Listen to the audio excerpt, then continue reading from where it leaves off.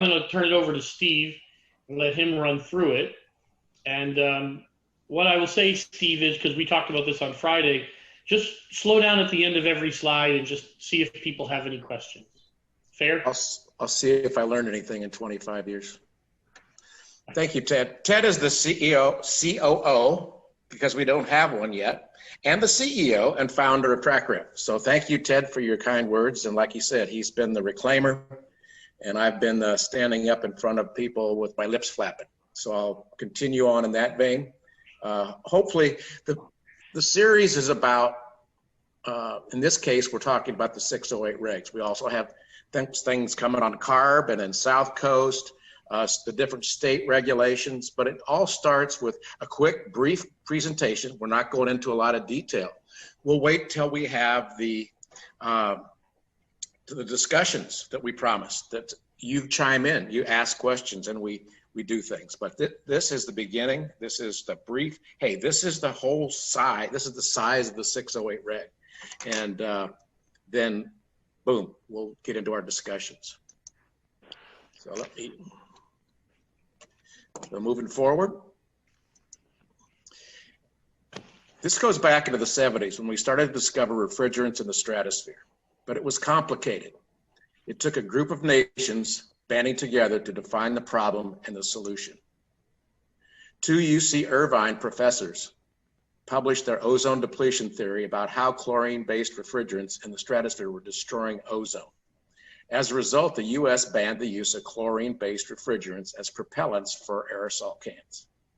Then the 23 original countries that worked together finally finalized their treaty on controlling the use, consumption, all the different things that go around ozone depleting refrigerants, with the ones that contain chlorine.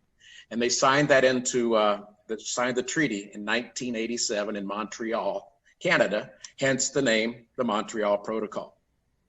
From that point on, the House and the Senate in the United States started drafting the Clean Air Act amendments. The Clean Air Act, if you remember, came into law in 1970. And having been graduated from high school, my early years flying out into Connecticut for my, we would fly through Pittsburgh a lot and refuel in a private plane. And you couldn't see the ground when you came on a clear day. You could not see the ground when you landed in Pittsburgh. So the Clean Air Act made a big difference in our lives looking forward to today.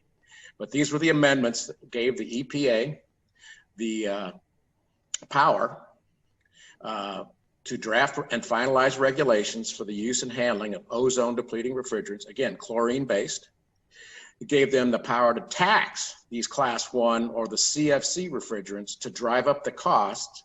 That was to spur people to change and not stick with those refrigerants, because refrigerants were cheap at the time.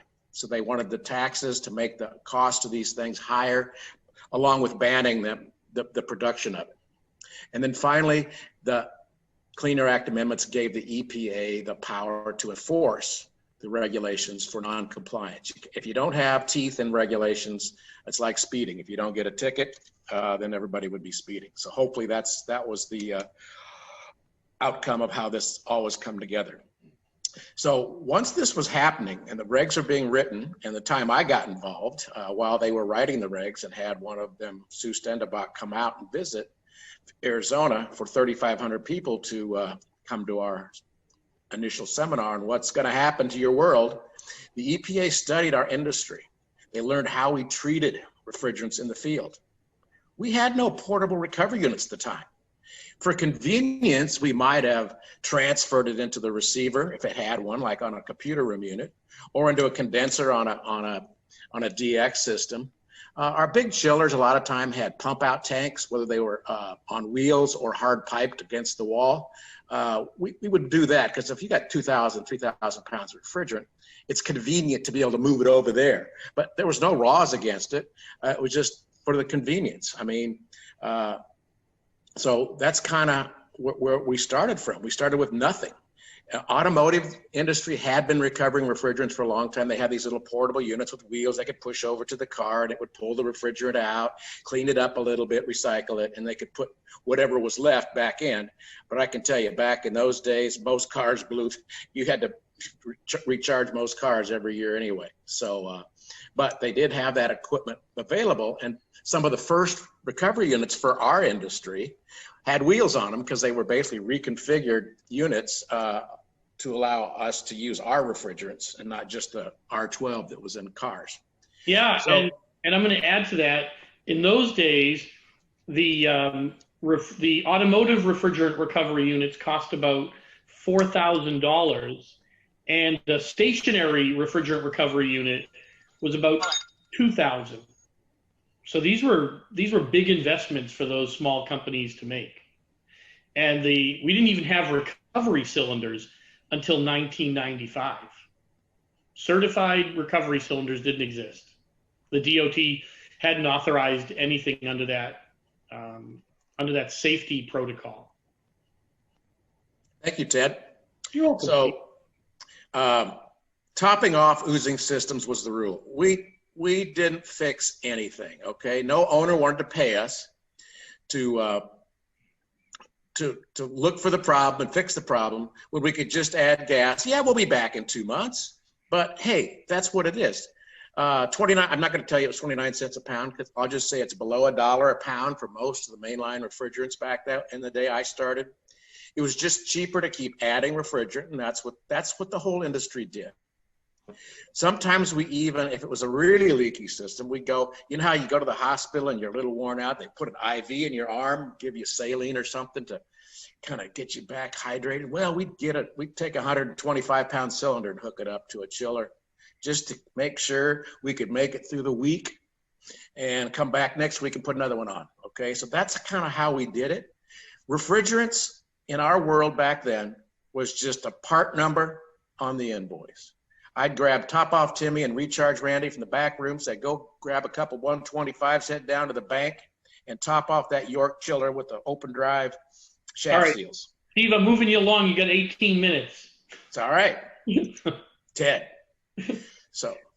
So finally, 608 was codified in the Book 40 of the Code of Federal Regulations. Under Part 82, all the ozone depletion requirements, then Subpart F for our stationary refrigeration. There was a prohibition on venting, no more venting refrigerants. We maximize the recapture and recycling of all CFCs and HCFCs. These are the chlorine-based refrigerants. Ensured the safe disposal of CFCs and HCFCs. Mandated that technicians working in the field pay for training on what these ozone-depleting chemicals did to the atmosphere, to our health, to our crops, and then made them get tested. We had three different types. We had the core test, which was about the effects of the chemicals on our environment, on ourselves. Then type 1 for small appliances, 5 pounds and under. Normally consumer items, you go to a store, buy these small appliances and bring them home. They're pre-charged, they operate that way. Type 2 is over 5 pounds, high pressure refrigerants. And then type 3 are low pressure that we find in large chillers. You're not going to find anything type 3 refrigerant like R11, R123, or R113 in most uses, mostly in big buildings. It mandated recovery for service and end-of-life disposals.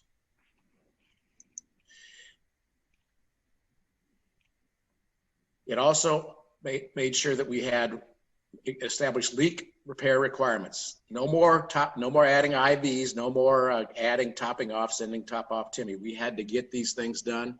They created different duty types for the equipment: comfort cooling, commercial refrigeration for the food industry, and industrial process where you're removing heat from a product while it's in production, and sometimes other, where it's doing something other than those three. Then each one of those duty types had its own leak trigger rate. In the old days, it was 15% for the comfort and other, and then commercial and industrial had 35%. We'll talk about the fast forward a little later on. So only EPA certified persons or organizations with proof of EPA certified technicians may purchase refrigerants.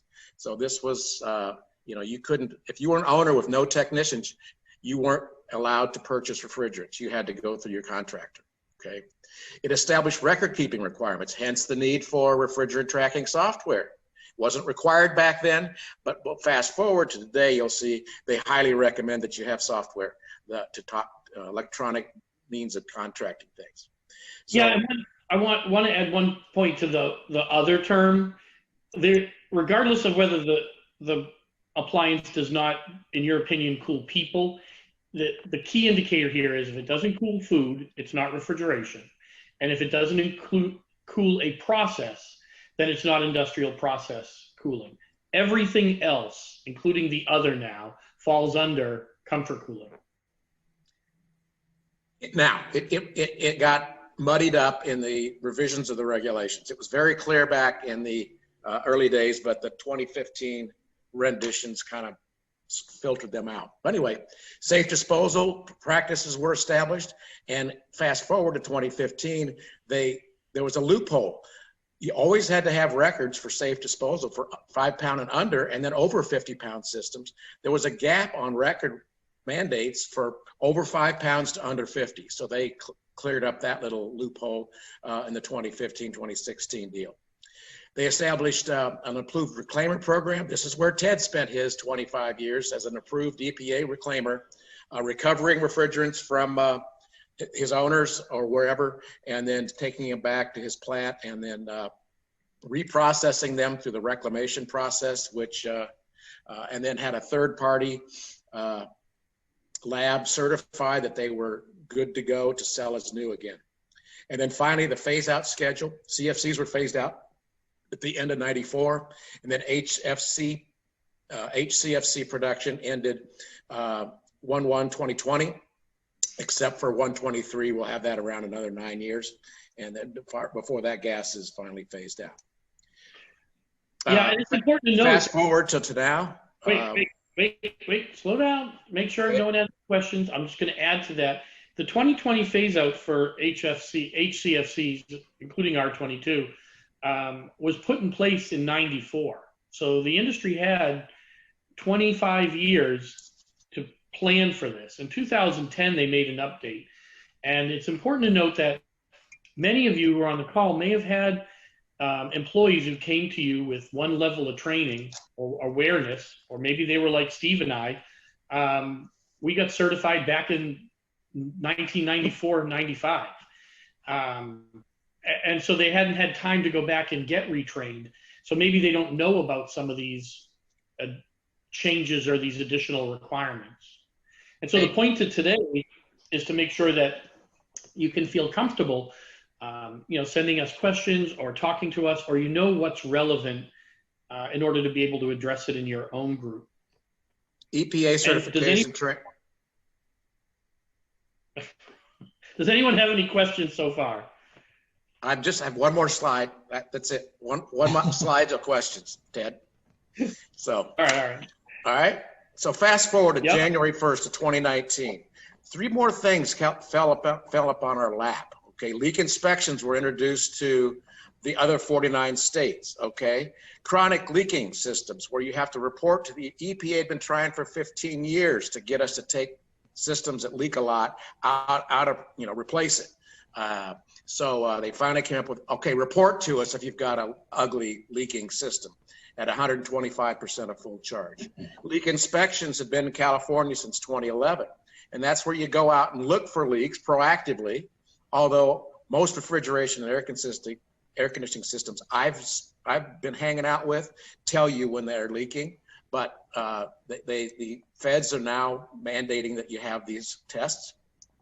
They also have pushed the initial and follow-up leak verification tests, so they hit the industry in 1995 for the process industry and the federal government. These are catching a lot of technicians off guard because it wasn't covered and it still is not covered very well in the latest curriculum. But here again, I haven't seen the latest curriculum because I quit doing EPA proctoring 5 years ago. Anyway, well, and that's initial tests, follow-up tests. That's an important point. And then we have no venting and mandatory end-of-life refrigerant recovery records for all non-exempt refrigerants. Do I have a button here? Is there a button for me to turn you off? That's an important point. when the EPA released these requirements in 2019, the publication was in 2018, they mentioned that they would have an updated curriculum for testing out by the middle of 2019. But Steve, I don't think they got that curriculum out until the fourth quarter of 2019. Yeah, the company I used to work with was screaming that the EPA had not made their final rules. They couldn't, and then they just dropped the ball. So I quit using BGI training. Yeah, and just so you guys know, the EPA gets questions from all the different training groups. And Steve, I don't know if the number's right, but I think is it 400 questions? There's 500 questions in the pool. There's Right. 100 questions on a test, 25 questions on each of the 4 modules. Yeah, so guys, in case you don't know what that means, it means that any one of these testing companies can pull a question. They can use any one of the 500 questions in there. Well, as a proctor, I had to hand out a different test to each person so they couldn't cheat off of each other. Correct. And I had to stay awake in the meeting during the time. Who are y'all testing again? I just want to make sure I understand that. Like, who exactly? Are y'all testing the company's HVAC systems or? No, people that handle refrigerants. They're called refrigerant technicians. They had to be federally tested. So yeah.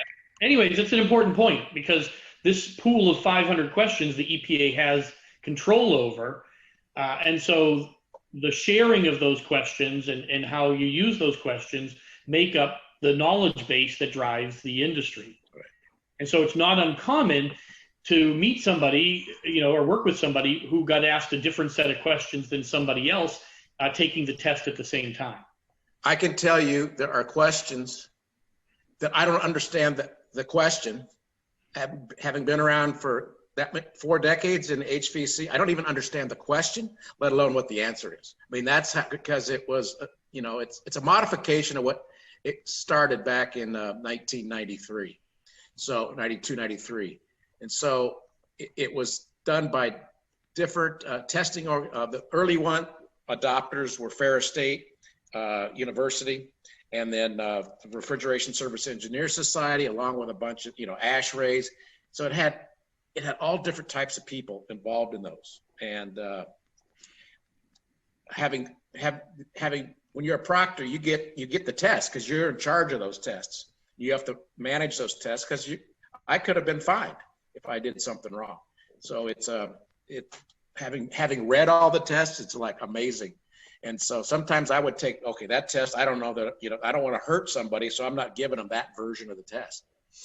So, but anyway. Does anyone have any questions about the test? And by the way, Steve is licensed to give out the test, he just hasn't. I actually got rid of all of them because they're obsolete. So are you saying that EPA certified techs don't all take the same test? No, there's 500 questions that every organization must use. Okay, there could be 60. I haven't counted them lately. 60 testing organizations. All right, they have to use that pool of questions. The curriculum on how they train the people, that's up to them. Okay, so that's where they have some flexibility and where they stress things or the little techniques they use, because it's an open book test. You don't go in there because there's charts that you have to memorize. There's things that you have to do that you have to take into this test that you have to have it in memory. Okay, EPA evacuation levels for different refrigerant types.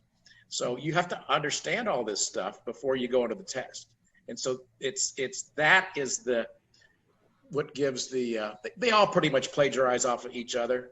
I would say yes and no. Yeah. I think, so Eric, the answer is correct. They don't all take the same test. However, they follow generally the same curriculum.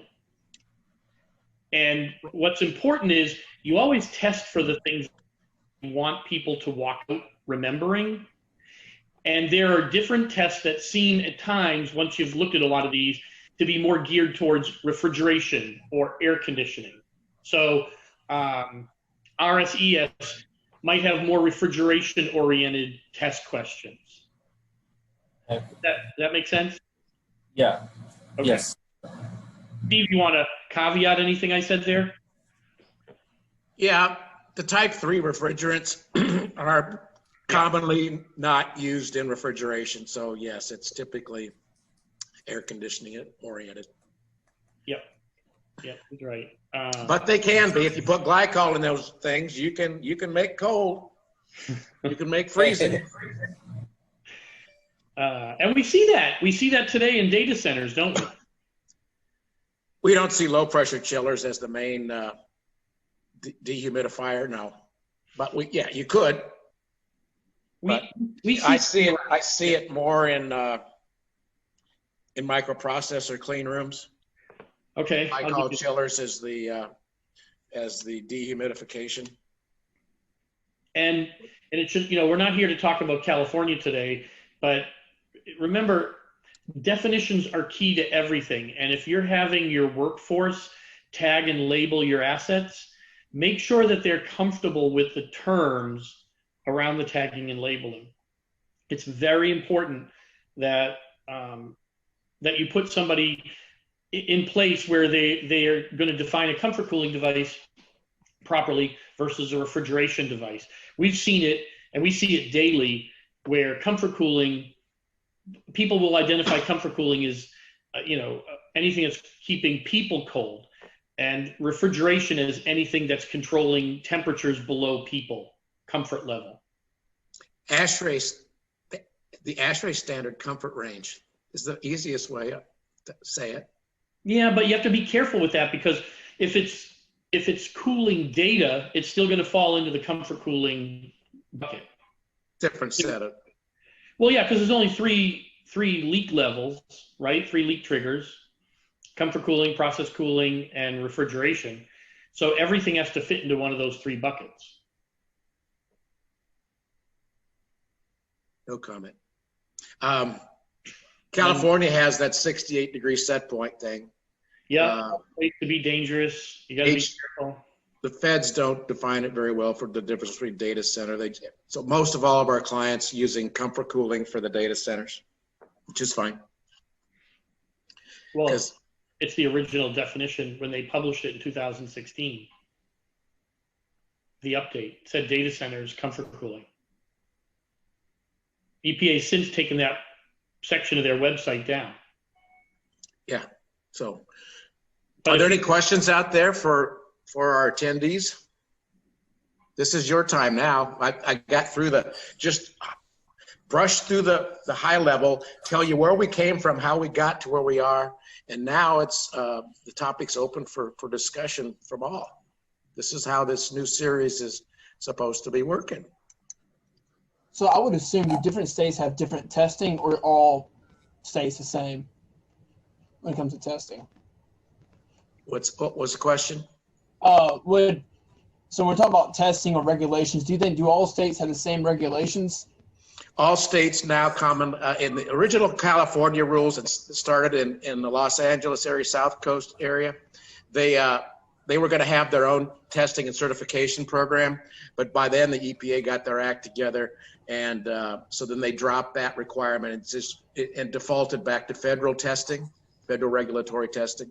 So everybody defaults to the federally controlled EPA certification process. And these testing organizations have to report to the EPA twice a year on how many students they tested, with their names and everything, and they can be put on a public database. So you can opt out of that, but that way you could go. One of my certifications is online. Yeah, as a matter of fact, it is not complete.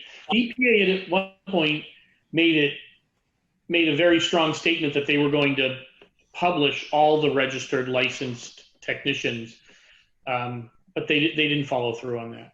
So it is a little messy. No, I can log. EPA is not publishing it, but it's. Maybe it is.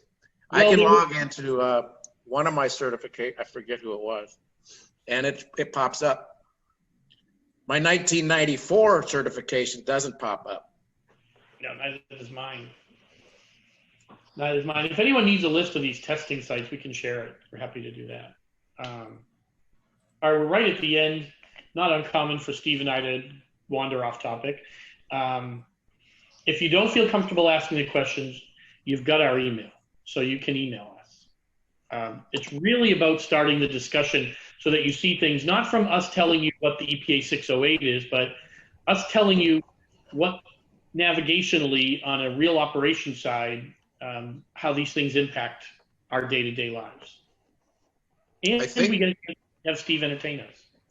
I think next up, the topic next week in a couple weeks is more in-depth testing on the testing. What is an initial and follow-up leak verification test, and how not to get it confused with a annual or quarterly leak inspection? Different terms. And what's happened with these regs over the years is we had industry terminology conflict with regulatory terminology. And so that confuses a lot of people. So that's part of what training is all about, is to make sure you have a full understanding of what has the industry terminology been for 60, 70, 80 years since refrigerants were introduced, and what is the new kid on the block, or the 25-year-old, 30-year-old EPA regulations terminology, or the California terminology. How do those conflict and cause confusion? So that's what I'm here to help do, and that's the subject of the next mini seminar. And there's 26 of these. And in the meantime, send in your questions. We'll keep them anonymous. We may even follow up and share out results, but we won't share who shared the question. That will stay confidential. All right, well, it's awful quiet out there, yet everybody's still here. Yes, we're still here. We're listening. Okay, good. Any additional questions, Eric? You know what? I'm okay for right now. All right, good. Good. And if there's a topic you want us to talk about, send it in. Send it in. Most of the topics that are here, or the ones that we've drafted out, are questions that people have asked us, or things that we've had debates about internally. I will tell you, Steve and I do not always agree on the outcome. We are not always 100% synced up. I'd say about 82% of the time. Steve, true? You pay the bills, so I'm true. I wish that were the case, but that works. When this call's over, Steve and I will get on another call, and we'll be reviewing another topic for an hour. And I'm pretty sure we're going to argue the entire hour away. You guys are hilarious. It's all at Steve's control. I'm just along for the ride on this one. Yeah. All right, guys, everybody, thank you. Thanks for taking time out of your day. Thanks for having us. Take advantage of sending us questions and emails. We love to talk about them. If we don't have the answer, we'll get you one. Perfect. I'll Thank make you. one up. Thank you. All right.